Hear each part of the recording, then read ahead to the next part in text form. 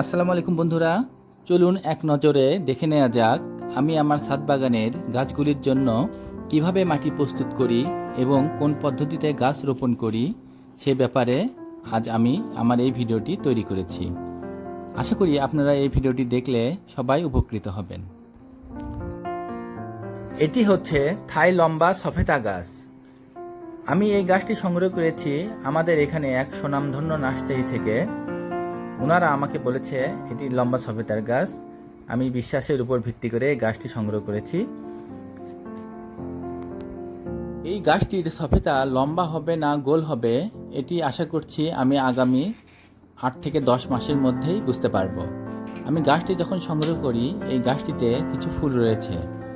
ইনশাল্লাহ এই ফুলগুলি থেকে আমি যদি ফল সেট করাতে পারি তাহলে আমি খুব দ্রুত বুঝতে পারবো যে এটা লম্বা সফেদা না গোল সফেদা। চলুন এখন মূল ভিডিওতে আমরা চলে যাই। এই মাটিগুলি আমি প্রস্তুত করেছি জৈব সার এবং বাগানের মাটি দিয়ে, এছাড়া অন্য কোনো সার ব্যবহার করিনি। কারণ আমি জানি জৈব সারের মধ্যে যে ভিটামিন রয়েছে এই ভিটামিন গাছের জন্য যথেষ্ট। জৈব সার এবং মাটিগুলি খুব সুন্দর করে মিশিয়ে রোদে শুকিয়ে নিয়ে টবে তোলার সময় ছত্রাকনাশক মিশিয়ে টবের মাটিগুলা তুলে নেই। এরপর টবে খুব সুন্দর করে পানি দিয়ে মাটিগুলি সম্পূর্ণ ভিজিয়ে দেই। ভিজানো অবস্থাতে এভাবে আমি এই মাটি টবে 2 দিন রেখে দেই।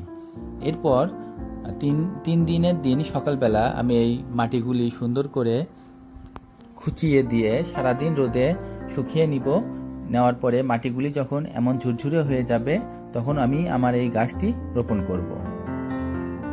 এরপর আমরা পলিব্যাগ থেকে চারা গাছটি বের করে এভাবে সারাটা দিন আমরা মাটিতে শুইয়ে রাখব। খুব সুন্দর করে গোড়াটি আমরা শুকিয়ে নিব। খুব একটা বেশি রোদ্রে রাখা যাবে না, হালকা রোদে আমরা এটা শুকিয়ে নিব এবং খেয়াল রাখতে হবে যেন গাছটি পানির অভাবে মারা না যায়। এভাবে শুয়ে রাখার পরে আমরা বিকালবেলা যখন গাছটি খুব সুন্দরভাবে শুকিয়ে যাবে, গোড়াটি আপনারা দেখতে পাচ্ছেন খুব সুন্দরভাবে আমি এটা রেখে দিয়েছি। আবার আমরা বিকালবেলা এই গাছটির গোড়া কেমন হয়েছে ওটাও আমরা আপনাদের দেখাবো। এভাবে সারাদিন আমি এভাবে রেখে দিব এবং বিকালে আমরা এই গাছটি রোপণ করব। এভাবে গাছের গোড়া শুকিয়ে নিয়ে লাগালে গাছ খুব দ্রুত নতুন মাটিতে লেগে ওঠে, গাছের মারা যাওয়ার সম্ভাবনা খুব কম থাকে। এখন বিকাল হয়ে গেছে, আমরা এখন দেখে নিই আমাদের গাছের গোড়াটি কেমনভাবে শুকিয়েছে এবং টবের মাটিগুলা কেমন হয়েছে। এগুলো আমরা এখন দেখব, দেখার পরে আমরা গাছটি রোপণ করব। খুব সুন্দরভাবে আমি গাছের গোড়াটি শুকিয়ে নিতে পেরেছি। আপনারা দেখতে পাচ্ছেন সকালে যেমন ভেজা ছিল এখন তেমন ভেজা নেই এবং গাছটিও তাজা রয়েছে।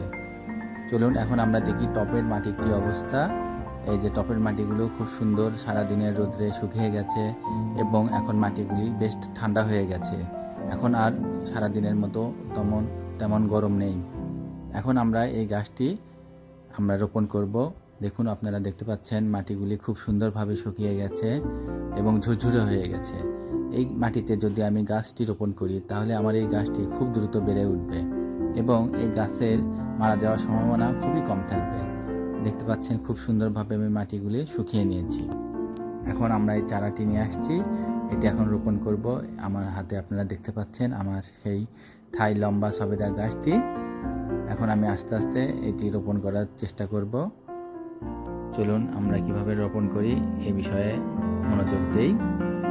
খুব সুন্দরভাবে আমি মাটিগুলি ভিতর থেকে সরিয়ে নেওয়ার চেষ্টা করছি যেন এই গাছের গোড়াটি সুন্দরভাবে মাটিতে বসে যায় এবং মাটি যেন খুব বেশি টপে না হয়, যেন পানি এবং পরবর্তীতে আমরা সার দিতে পারি।